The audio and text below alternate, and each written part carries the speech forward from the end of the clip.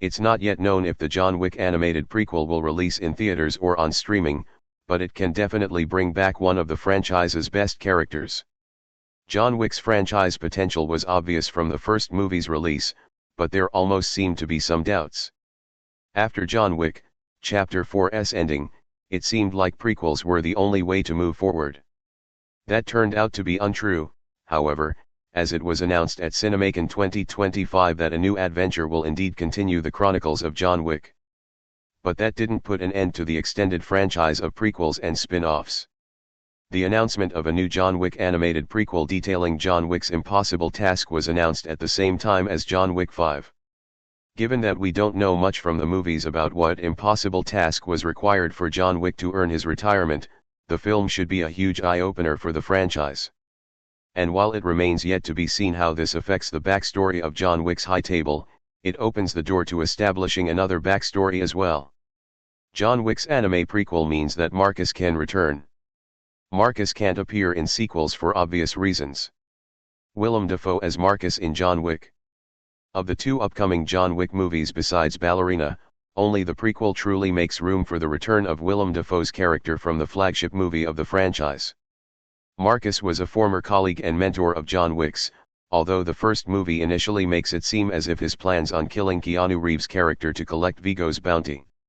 In the end, he turns down Viggo's offer and turns out to be Wick's greatest ally in the first film.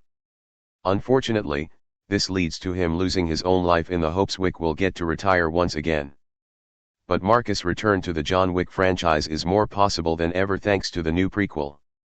If Wick's going to accomplish this impossible task, it makes sense that he might need advice or even active assistance from his past mentor. Bringing Marcus back could also allow him to play a larger role in the movie's action scenes, particularly since the past setting and the advantages of animation mean that Dafoe's age won't hamper his character's ability to do things on screen the actor might not have been able to do himself. If so, his return would be long overdue. Willem Dafoe's Marcus is one of John Wick's most overlooked characters. He arrived too early for many to strike a chord with him. Willem Dafoe's John Wick character is arguably the most unsung hero of the movie. Although he plays a major role in the first movie, he doesn't demand the same attention as later side characters due to his comparative lack of major action scenes.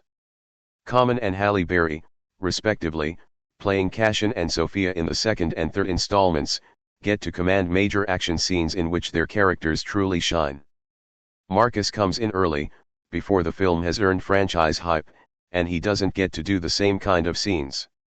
But the animated prequel to John Wick has the potential to change all of that.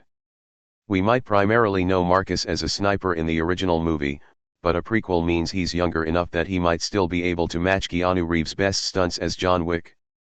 Given the franchise director's work on the anime Lazarus, it certainly appears that he doesn't skimp on fight choreography when it comes to animation.